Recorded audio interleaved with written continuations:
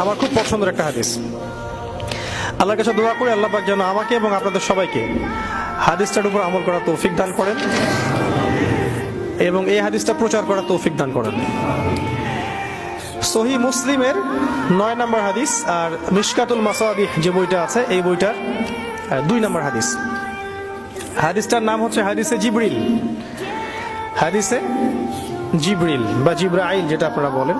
রাসূলুল্লাহ সাল্লাল্লাহু আলাইহি ওয়াসাল্লাম, আমরা নবীর নাম শুনলে দরুদ পড়ব। তিনি একদিন মসজিদে ঠিক এভাবে বসেছিলেন আর তার আশপাশে সাহাবায়ে কেরাম রাদিয়াল্লাহু আনহু এভাবে ঘিরে ধরেছিলেন। এমত অবস্থায় মসজিদে একজন ব্যক্তি প্রবেশ করলেন। আমি অল্প করে বলছি, শর্ট করে বলছি, অনেক লম্বা হাদিসটা। এমত অবস্থায় একজন ব্যক্তি মসজিদে প্রবেশ করলেন। প্রবেশ করে একদম নবী সাল্লাল্লাহু আলাইহি ওয়াসাল্লামের হাঁটুর সাথে হাঁটু লাগিয়ে দিয়ে বসলেন। তাহলে কিভাবে বসলেন? তাশাহুদ আত্তাহিয়াতুর সময় আমরা যেমন করে বসি ঠিক এইভাবে বসলেন, নবী সাল্লাল্লাহু আলাইহি ওয়াসাল্লামের হাঁটুর সাথে হাঁটু লাগিয়ে দিয়ে, এবং নিজের 2 হাত আল্লাহ রাসূলের 2 উরুর উপরে রাখলেন। টিচার আর উস্তাদের বসার আদবটা বুঝতে পারছেন?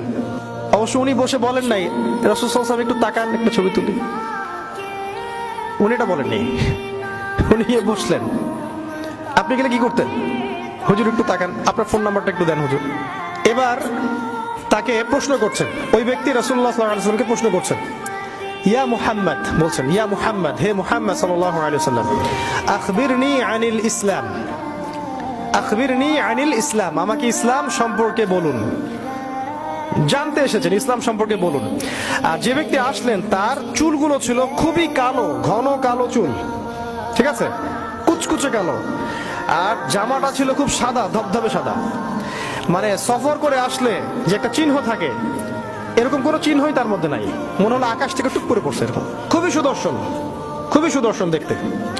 নবী সাল্লাল্লাহু আলাইহি ওয়াসাল্লাম বলছেন, উত্তর দিচ্ছেন যে আল ইসলাম, ইসলাম হচ্ছে, ইসলাম ধর্মটা হচ্ছে ইসলাম ধর্মটা হচ্ছে আন তাশহাদা আল্লা ইলাহা ইল্লাল্লাহ ওয়া আন্না মুহাম্মাদান আবদুহু ওয়া রাসূলুহু।